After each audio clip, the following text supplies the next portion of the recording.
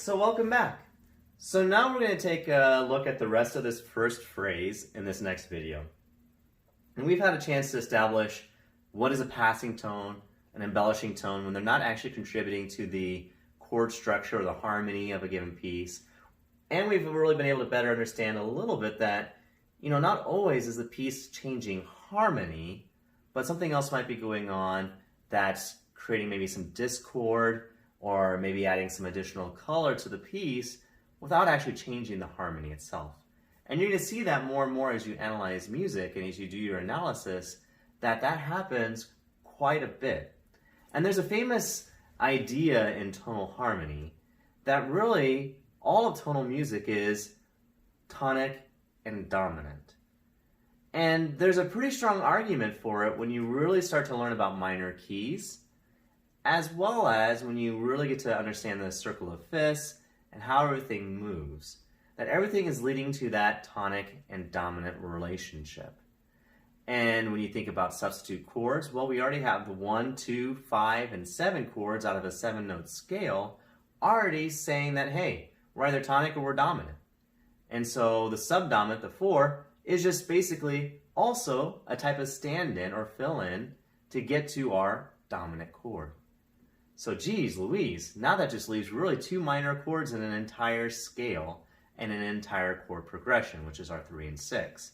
And as we learn about minor chords, minor chords, but minor keys, you're going to also see that, well, those kind of tend to be stand-ins for tonics too, but just in a minor key. Mind-blowing.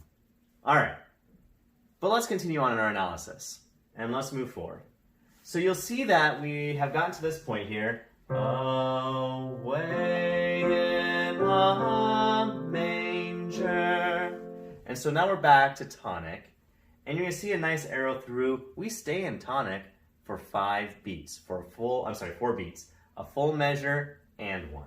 And so we have manger, no crib. And so you'll notice that we have, once again, in the second half of our 3rd beat in that measure, we get passing tones introduced again. We're not changing the harmony, we're just simply passing through on our way to move to a tonic, 1 chord, in our first inversion. So our F is just moving G back to the A, which is going to put us into first inversion for our tonic. And in our right hand, we have our A to B flat just getting to C. And there you go. We've just seen passing tones once again. And so now we're in our 1-6, our first inversion of the tonic. And now we're going to see some minor chords. For the first time, we're going to be introduced to some minor chords. And so the first one we're introduced to is our A, which is in the bass, as well as the tenor. That's why you have the notes with the staff down and the staff up. And we have an E in the alto and a C in the soprano. So that is our ACE chord, which is A minor. And that A minor chord then moves to our 6 minor chord. And so if we're in F major, that would mean it would be a D minor chord. And this actually takes us also back into roots. So we have A, D, okay? And so we have D in our bass. We have A in our tenor. We have F in our alto and D in our soprano. So we have D, F, A, which is very much a 6 minor chord. And then something happens. We actually go to a substitution for the dominant, but not what we'd expect with a 7 chord perhaps as a substitute for a half cadence, but rather a 2. And if you remember in a previous video, I mentioned that we don't really use a 2 chord, the substitute chord for a dominant, really as a half cadence. But this is really where you get to bend the rules a little bit. And the reason why we're bending the rules and we're able to get away with it is because of the progression through minor that we're having going on right now. We have a 3 to a 6, and we can safely go to a 2 as a stand-in for the dominant because we're already in that minor tenor.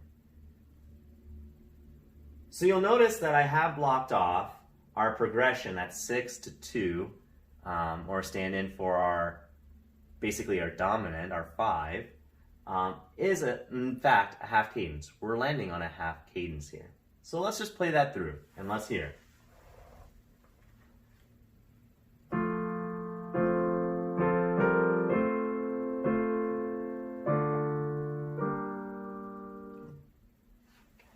And so you get to hear how in a progression that we can do a little bit more than just simply 1-5, 1-4-5, 1, and really the primary structure that we're very comfortable with, which is our tonic, subdominant, dominant, and even our substitute chords, but we can actually introduce a new sound to our music through minor, which is already naturally built into our scale, in this case our F major scale. And so our 3 chord, you'll notice, moves really nicely from 1 to 3, and then 3 naturally wants to move to 6, and 6 naturally moves really nicely to 2.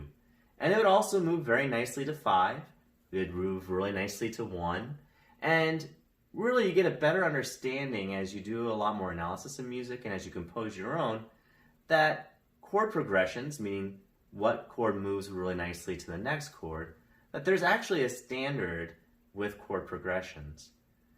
But in these videos, I'm actually going to avoid really talking about which chords you should go to.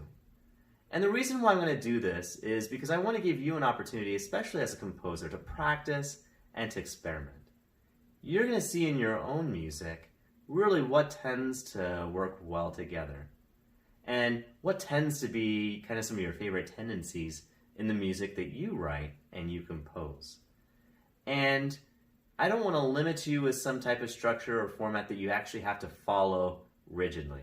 I want to give you that freedom to express yourself because we're going to learn a lot more about music, scales, when we introduce minor keys, circle of fifths, that you can have plenty to work with, and trying to remember what chord should go to which chord from a progression standpoint, in my opinion, is not really a valuable use of your time. So with that spiel out of the way, we have finished the first phrase of Away in a Manger. Now the subsequent videos we're going to be able to move through fairly quickly, and you're going to get to see how some of these concepts and principles that we just further explained, as well as were introduced to, like passing tones, really come into play throughout this entire piece. I look forward to seeing you at the next video.